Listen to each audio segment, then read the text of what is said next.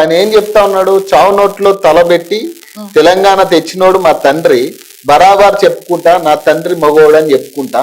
రేవంత్ రెడ్డి నువ్వు చేసే పనులు ఇలాంటి నీచ పనులే కంటిన్యూ చేస్తే నీ మనవడు కూడా నీ పేరు చెప్పుకోవడానికి అని కదా. నీ తండ్రి మొగోడు అని అంటున్నాడు. ఆ మొగోడిని జయించాడంటే మా రేవంత్ రెడ్డి గారు ఎంత మొనగాడు, అర్థమవుతుందా?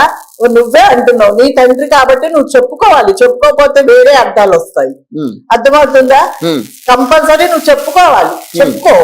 కానీ ఒక మగాడిని ఎదిరించి దింపి తీసుకొచ్చి మళ్ళీ మా రాష్ట్రాన్ని మా చేతుల్లో తీసుకొచ్చిన మా రేవంత్ రెడ్డి గారు ఎంత మొనగాడు.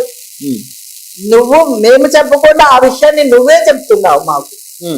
ఆయన మనగాడు అనేది కేసీఆర్ టాపిక్ ఎందుకు? ఇప్పుడు రేవంత్ రెడ్డి కూడా ఎందుకు అన్ని ప్రెస్ మీట్ లో కూడా కేసీఆర్ టాపిక్ ఎందుకు? కేసీఆర్ ఫలానా కేసీఆర్ ఉరి తీయాలని మాట్లాడుతా ఉన్నాడు. అవునండి, ఆయన అపోజిషన్ 2 ఏళ్ళు అయింది గవర్నమెంట్ మాది. అంటే నీకు గవర్నమెంట్ లో ఉండి నీకు సీఎం పదవి ఇస్తేనే జనాల గురించి నువ్వు పట్టించుకుంటావా? అదే రేవంత్ రెడ్డి అపోజిషన్ నాయకుడు ఉన్నప్పుడు ఏ పార్టీలో ఉన్న జనాల గురించి పోట్లాడాడు కదా. నువ్వెందుకు రావట్లేదు? అసెంబ్లీకి వచ్చి 6 నెలలకు ఒక సంతకం పెట్టేసి వెళ్ళిపోతే అయిపోతుందా? ఆయన ప్రెస్ మీట్ పెట్టి ఏం చెప్పాడు? చూసుకో రాజా, కాసుకో, రేపటి నుంచి నేను దున్నేస్తా అన్నాడు. మరి ఏమైంది?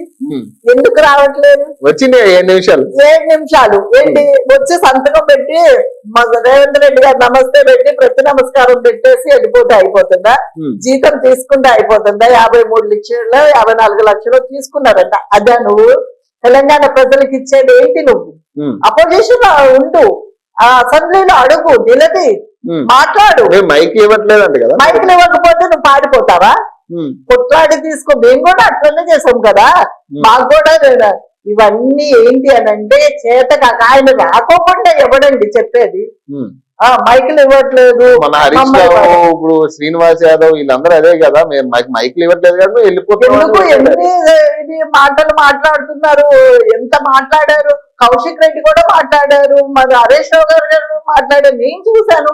మాట్లాడకపోతే ఎట్లాగవుతుంది? ఏదో కొన్ని విషయాల్లో అది అపోజిషన్ తో ఉన్న ఇది ఉంటది కదా, మాట్లాడుకోకుండా అవుతుందా అండి? మనం లైవే చూస్తున్నాం కదా, దాంట్లో దాచిపెట్టే విషయం ఏముంటది?